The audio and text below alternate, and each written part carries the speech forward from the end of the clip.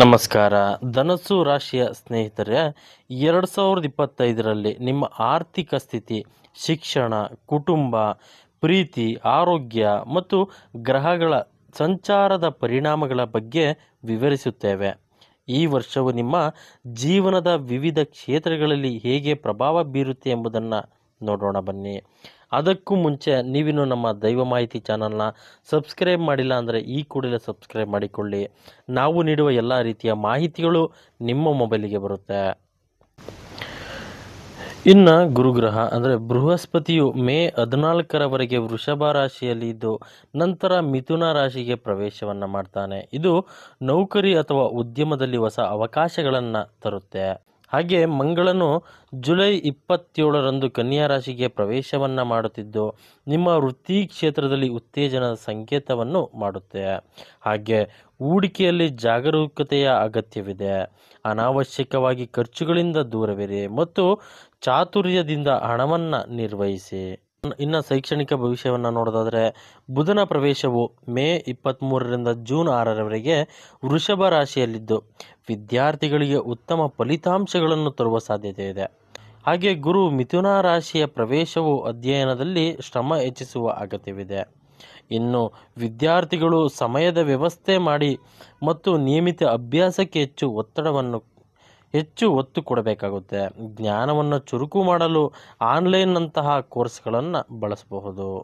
ಇನ್ನು ಕುಟುಂಬದ ಭವಿಷ್ಯವನ್ನು ನೋಡೋದಾದರೆ, ಶನಿಯ ಸಂಚಾರವು ಮೇ 29ರಲ್ಲಿ ಮೀನ ರಾಶಿಯಲ್ಲಿ ಕುಟುಂಬದ ಸಂಬಂಧಗಳಲ್ಲಿ ಸೌಹಾರ್ದತೆ ಹೆಚ್ಚಿಸಲು ಸಹಕಾರಿಯಾಗಿದೆ. ಹಾಗೆ ಸೂರ್ಯನ ಸಂಚಾರವು ನಿಮ್ಮ ಸಂಬಂಧಗಳಲ್ಲಿ ಸ್ಪಷ್ಟತೆ ಮತ್ತು ಶಾಂತಿ ತರುವ ಸಾಧ್ಯತೆ ಇದೆ. ಇನ್ನು ಕುಟುಂಬದ ಜವಾಬ್ದಾರಿಗಳನ್ನು ಸಮರ್ಪಕವಾಗಿ ನಿರ್ವಹಿಸಿ ಸಣ್ಣ ಸಣ್ಣ ವಿಚಾರಗಳನ್ನು ದೊಡ್ಡ ಸಮಸ್ಯೆಯಾಗಿ ತರುವುದನ್ನು ತಲುಪಿಸಿ. ಇನ್ನು ಪ್ರೀತಿ ಮತ್ತು ವೈವಾಹಿಕ ಭವಿಷ್ಯವನ್ನು ನೋಡೋದಾದರೆ, ಶುಕ್ರನು ಜುಲೈ 29ರಿಂದ ವೃಷಭ ರಾಶಿಯಿಂದ ಮಿಥುನ ರಾಶಿಗೆ ಪ್ರವೇಶವನ್ನು ಮಾಡುತ್ತಾನೆ. ವೈವಾಹಿಕ ಮತ್ತು ಪ್ರೀತಿ ಸಂಬಂಧಗಳಲ್ಲಿ ಹೊಸ ಉತ್ಸಾಹವನ್ನು ತರುತ್ತೆ. ಹಾಗೆ ಕೇತುವಿನ ಸಂಚಾರವು ನಿಮ್ಮ ಸಂಬಂಧಗಳಲ್ಲಿ ಕೆಲವೊಮ್ಮೆ ತಾಳ್ಮೆಯ ಪರೀಕ್ಷೆಯನ್ನು ಮಾಡುವ ಸಾಧ್ಯತೆ ಇದೆ. ಹಾಗೆ ಸಂಬಂಧಗಳಲ್ಲಿ ಭಾವನಾತ್ಮಕ ಬೆಂಬಲವನ್ನು ನೀಡಲು ತಯಾರಾಗಿರಿ. ಹೆಚ್ಚು ಸಂವಹನದಿಂದ ನಿಮ್ಮ ಸಂಬಂಧಗಳು ಹಾಳಾಗಬಹುದು. ಇನ್ನು ಆರೋಗ್ಯದ ಭವಿಷ್ಯವನ್ನು ನೋಡೋದಾದರೆ, ಶನಿ ಮತ್ತು ಗುರುವಿನ ಪ್ರವೇಶವು ನಿಮ್ಮ ಆಧ್ಯಾತ್ಮಿಕ ಮತ್ತು ಮಾನಸಿಕ ಆರೋಗ್ಯಕ್ಕೆ ಉತ್ತಮ ಶಕ್ತಿಯನ್ನು ತರುತ್ತೆ. ಹಾಗೆ ರಾಹು ಕೇತುವಿನ ಸಂಚಾರವು ಅಲ್ಪ ಸ್ವಲ್ಪ ದೈಹಿಕ ಸಮಸ್ಯೆಗಳಾಗಲು ಕಾರಣವಾಗಬಹುದು. ನೀವು ಆರೋಗ್ಯದ ಕಡೆ ಹೆಚ್ಚು ಗಮನಹರಿಸಬೇಕಾಗುತ್ತೆ.